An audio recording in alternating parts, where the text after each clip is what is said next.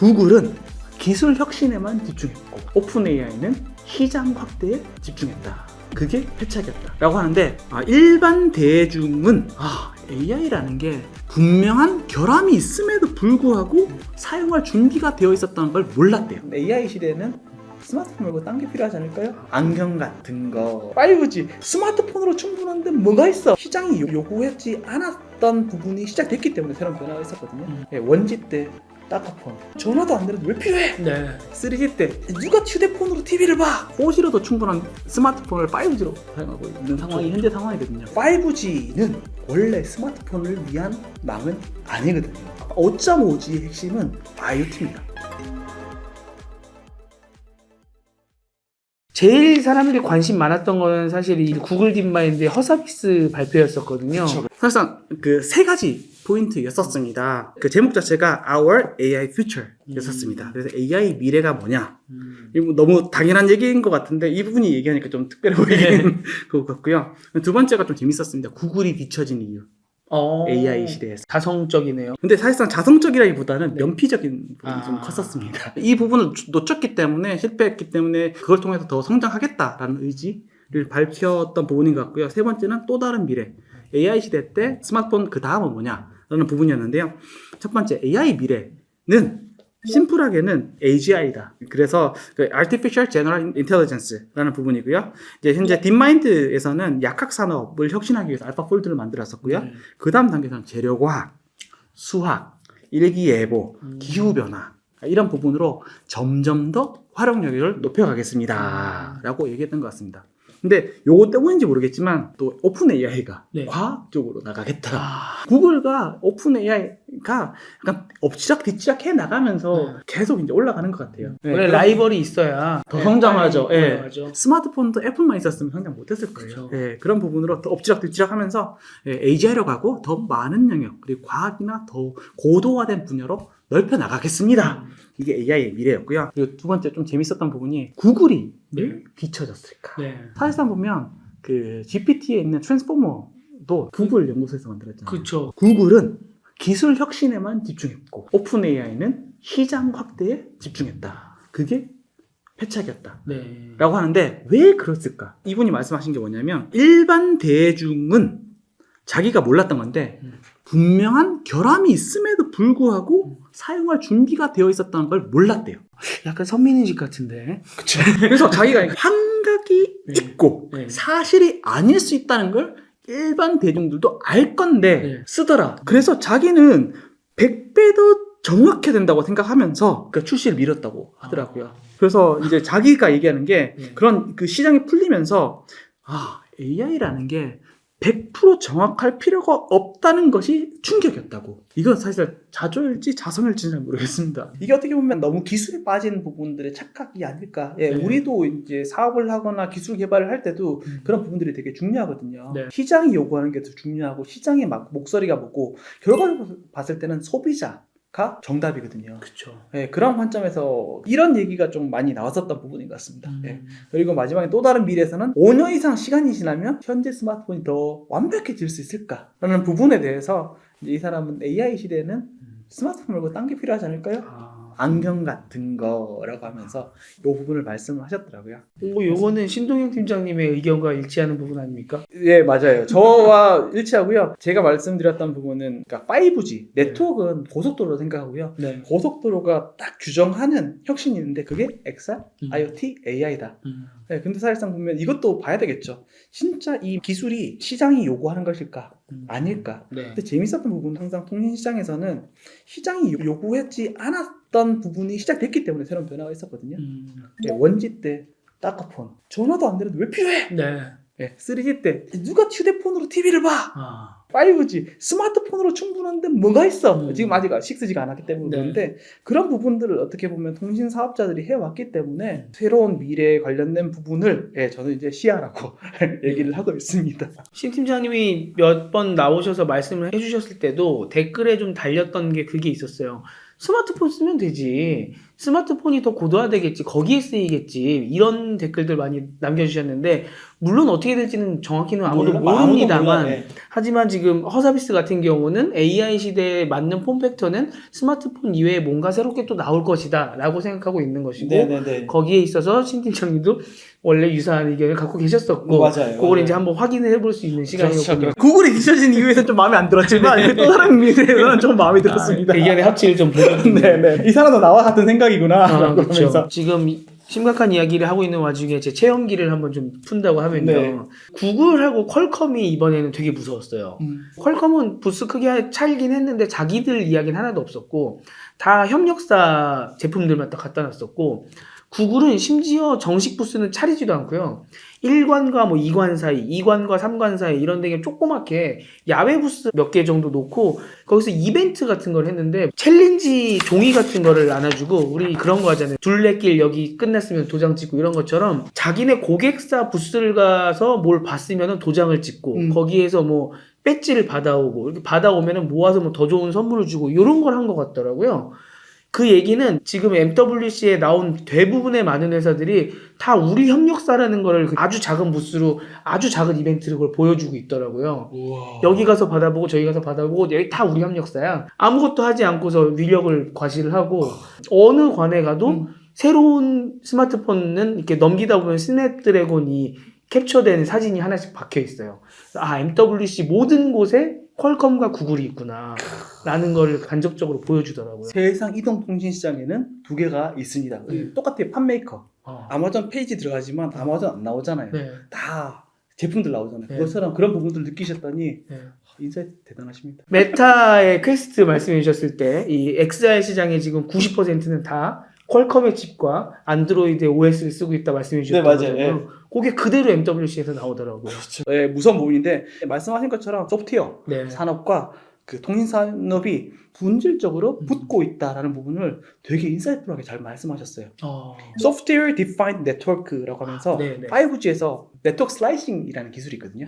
논리적으로 망을 쪼개요. 네. 네, 그 부분은 소프트웨어 디파인드 네트워크이기 때문에 가능하고요. 네트워크를 나눠서 뭐 크게 동영상 쓰는 부분, 음성 쓰는 부분, 텍스트 쓰는 부분 맞아요. 그렇게 나눠지는 부분이 소프트웨어 디파인드 네트워크이기 때문에 가능하고요. 6G는 AI 네이티브 네트워크예요. 그래서 아까 전에 클라우드 사업자들의 넥스트 스텝이 AI와 통신 산업이다 했던 부분이 붙어가고 있고 그 접점에서 새롭게 비즈니스 케이스가 만들어지고 하는 부분들이 진행되고 있습니다. 6G 전에 말씀해 주셨는데 네. 그 이제 베이식에도 처음으로 꼽힌 게 이제 비욘드 5G 아닙니까? 네. 이거는 GSMA에서도 얘기를 했었고 근데 이번에 갔더니 6G 얘기까지는 제가 많이 못 봤던 것 같고 5.5G 얘기가 계속 나오더라고요. 근데 이건 뭐길래 왜 중요한 거고 이 얘기가 지금 나오는지 그쵸. 좀 궁금했었습니다. 근데 5G는 원래 스마트폰을 위한 망은 아니거든요. 근데 이것도 원래는 5G 때 해야 되는데 5G에서 지금 많이 깔아놨는데 네. 원래 지향했던 방향성이 아니기 때문에 5.5G를 한 번 더 끊는 것 같아요. 4G와 5G의 가장 큰 차이점이 뭐냐라고 생각한다면 혹시 4G 때 LPWAN이라는 말을 들어보셨어요? NB-IoT, 시그팍스. 어려운 단어라 못 들어봤어요. 네, 뭐냐면 Low Power Wide Area Network라고 하면서 사물 인터넷 전용망이에요. 근데 4G 때는 사물 인터넷이 통합돼서 안 되거든요. 별도의 망과 별도의 에코시스템을 만들어야 돼요. 근데 그 부분에 대한 부분을 흡수한 게 5G거든요. 근데 지금 보시면 IoT가 있어요, 없어요? 아직은 안 보이거든요. 심지어 4G로도 충분한 스마트폰을 5G로 사용하고 있는 상황이 현재 상황이거든요. 그래서 한번 끊는 것 같아요. 본질적으로 5G부터 시작되는 게 핵심이 IoT가 기존에 있는 네트워크로 흡수된다. 예, 그런 관점에서 5.5G의 핵심은 IoT입니다. 5G는 제가 뭐 세 가지를 말씀을 드리는데 항상 ENBB 초고속, MMTC 초연결, 그리고 URLLC 초저지형인데 MMTC와 URLLC에 관련된 부분이 핵심이에요. 지금 화웨이가 주도를 하고 있는데 화웨이의 목표는 2025년도에 상용화가 목표입니다. 그러면서 MMTC 관점에서 세계에 1000억 개의 사물을 연결시키겠다. 1000억 개요? 예. 그래서 IoT가 핵심이에요. 여기서는 이제 기술적인 관점에서는 두 가지가 들어갑니다. Reduced Capability, REDCap이라고 하거든요. Reduced Capability, 성능을 줄여. 예를 들면 그런 고속도로에 자전거가 다닐 필요가 없잖아요. 자전거에 맞는 도로가 필요하잖아요. 지금은 모든 그 네트워크가 다 고속도로거든요. 6차선. 사용성에 맞춰가지고 조정해. 그래야지 배터리도 적게 쓰고요. 에너지도 적게 쓰고요. 비용도 적게 나오고요. 그래서 옛날에 뭐 인터넷 오브 스몰 띵이라는 것도 있었어요.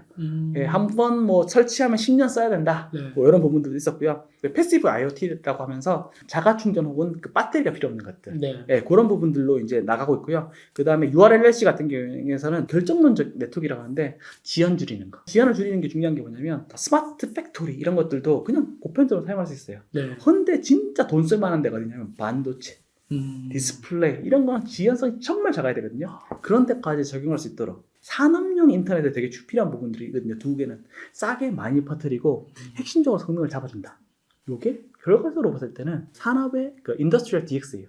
그렇기 때문에 아까 전에 DSM이 6개 중에서 Manufacturing DX가 나온 부분이 그 부분이거든요. IoT가 되면서 새롭게 시장이 열리는 것들, 특히 산업용, 그리고 아직까지 우리나라에는 그렇게 활성화가 안 됐지만 프라이빗 5G, 별도로 망을 그 지역만 이렇게 구축해 주는 거, 그런 부분들이 5.5G 핵심이라고 말씀드릴 수가 있을 것 같습니다. 5G 얘기 나올 때도 좀 방금 말씀해 주셨던 그 지역만 되는 거 몇 개 망 우리나라에서도 팔려고 하다가 거의 아무도 안 지금 한 사고 6군데 정도까지. 6군데 됐어요. 네. 지역별로 많이 샀어야 되는데 안 사니까 지금 5G 갖다가 안 되는 것 같은데 한번 리브랜딩을 해볼까? 이런 느낌으로 지금 5.5G로 한번 끊어가는 거군요. 통신산업이 기술 같지만 정치와 그 다음에 사람들의 인식의 산업이거든요. 네. 우리나라가 세계 혹시 eVideo E2X라고 2G 때 기억나시는지요? CDM이. CDM은 했을 때 2.5G였는데 네. 갑자기 미국이 밀면 3G로 올라갔거든요. 아. 그래서 그런 바람에 우리가 3G를 엄청나게 빨리 시작한 국가가 된 것도 있고요. 약간 정치적인 논리에 따라 가지고 왔다 갔다 표준이기 때문에, 그리고 사람들의 인식에서 아직 5G가 딱 스마트폰에 멈춰 있거든요. 네. 그러니까 스마트폰이 아닌 거다라는 부분을 계속 하기 위해서 5.5G라는 부분을 나눠서 진행하는 것 같습니다. 근데 우리가 좀 많이 늦는 부분이지, 예를 들면 중국 같은 경우는 되게 빠릅니다. 네. 예, 우리나라보다 훨씬 더 돈에 민감해가지고 사람 안 쓰고 다 기기 쓰는 거, IoT가 훨씬 더 많이 확장돼 있고요. 특히 프라이빗 5G 같은 경우에서는 유럽 쪽에, 네. 왜냐하면 그쪽은 5G 많이 안 구축됐고, 하지만 와이파이나 이런 부분들 지금 투자하기 애매하기 때문에 바로 프라이빗 5G가 넘어가가지고 진행하는 부분들이 있어서, 우린 지금 이제 5G망이 너무 좋아서 네. 많이 생각을 안 하고 있는 부분인 것 같습니다. 네. 이게 뭐 간단히 보면은 뭐 메타버스를 공간 컴퓨팅으로 바꿔버리는 느낌이랑 비슷한 것 같기도 하고. 맞아요. 왜냐하면 계속 프레임을 바꿔줘야 투자가 되거든요. 어느 순간에 워딩이 안 바뀐다. 네. 그러면 안착된 거예요. 그러면 요 6G에 대한 이야기도 혹시 좀 있었나요? 이게? 네, 6G에 관련된 부분은 많이는 없었습니다. 중국이 이동통신 산업 장비 시장에서는 넘버원이거든요. 네. 누가 뭐래도요. 네. 근데 화웨이는 오히려 5.5G 정도를 얘기를 했었고요. 화웨이 같은 경우는 6G도 5G 연장 선상이라고 생각하기 때문에 네. 네, 그런 관점이고요. 이번에서는 이동통신 시장을 만들고 기술을 만든 게 미국인데 지금은 아무것도 없어요. 그런데 가만히 보니까 AI도 중요하겠지만 이동통신 고속도로가 쫙 깔려야 되는데 거기에 미국이 손댈 게 아무것도 없거든요. 근데 약간 이거는 그 컨스파이러시 디어리인데 화웨이에서 그런 얘기를 한 게 있거든요. 미국이 화웨이를 제재하는 거는 화웨이 장비를 썼는 곳은 미국이 못 들여다보기 때문에 그러니까 공식적으로 얘기했었어요. 화웨이에서. 그 중국 정부와 함께. 미국이 지금 현재 되게 위기의식을 느끼고, 그래서 이번 같은 경우에서는 그 6집 원칙 공동선언문을 10개국과 함께 발표를 했습니다. 근데 여기도 우리나라도 있고요. 친한 나라들 많이 들어갔나 보네요. 미국의 우방국. 예, 여기서 되게 중요한 게 6G 같은 경우에서는 신뢰받는 기술과 국가 안보 수호거든요. 그리고 좀 중요한 게 뭐냐면 통신 시스템 생태계는 신뢰할 수 있는 공급업체가 생산하는 생태계에서 미국과 동맹국 및 파트너가 국가 안보를 책임질 수 있어야 합니다. 그 이름을 안 썼다 뿐이지 화웨이는 싫어라고 그냥 얘기하고 있는 거네요. 화웨이 쓰지 마고요. 미국이 찍는 곳만 미국하고 동맹국은 써. 근데 우리나라가 들어가긴 했었어요. 지금 보시면 미국, 한국, 호주, 캐나다, 체코, 핀란드, 프랑스, 일본, 스웨덴, 영국 정부 딱 이제 했던 부분이고요. 이 부분은 사실상 보면 2023년도 4월 달에 미국 백악관 국가안전보장회의 NSC죠. 거기서 발표한 6G 원칙을 10개국이 같이 이제 참여했다는 부분이 있다고 볼 수 있을 것 같습니다. 어떻게 보면은 화웨이가 독식하고 있던 통신 장비 시장이 또 새롭게 열릴 수 있다라는 기회로 볼 수도 있겠네요. 그게 지금 하고 있는 게 오렌이라고 들어보셨죠? 네. 오픈. 그게 왜냐면 통신 장비를 계속 화웨이 장비를 쓰려면 화웨이 걸 계속 같이 써야 되거든요. 네. 그게 아니라 모듈화 시켜가지고 요거는 화웨이 쓰더라도 요건 딴 거 써. 이렇게 하면서 화웨이 경쟁력을 쪼갈내는 게 사실상 오픈랜의 핵심입니다. 네. 그리고 구글의 예전에 CEO였던 슈미츠가 네. 말을 했던 부분도 그러니까 미국이 이동통신 시장에서 경쟁력이 없기 때문에 네. 위성, AI, 음. 테크 관련된 부분을 같이 모아가지고 네. 네트워크 시장에서의 경쟁력을 다시 확보해야 된다라는 보고서도 낸 적도 있었어요. 네. 그런 관점에서 이번에 삼성도 이제 그 조인했다고 발표했던 AI-랜 네트워크 관련된 기술인데 거기에 대한 얼라이언스도 만들어졌습니다. 여기도 보시면 삼성전자, 엔비디아, 암, 소프트뱅크, 에릭슨, 노키아, 마이크로소프트, 미국, 노스 이스턴 대학 등이니까 미국 중심의 6G가 동맹국을 만들고 있는 부분이다. 화웨이 같은 경우에서는 워낙 이제 미국이 그렇게 하고 있으니까 네. 오히려 현실적인 부분에서 5G, 어차피 6G 관련된 기술은 지금 이제 그 누구보다도 화웨이가 많이 했었거든요. 네. 그래서 그런 부분들이기 때문에 약간 미국이 6G에 한 발 더, 화웨이는 5.5G에. 그리고 유럽도 지금 이제 여기서는 발표는 안 했지만 사부작 준비하고 있습니다. 자, MWC가 왜 미국이 아니라 유럽에서 열릴까요?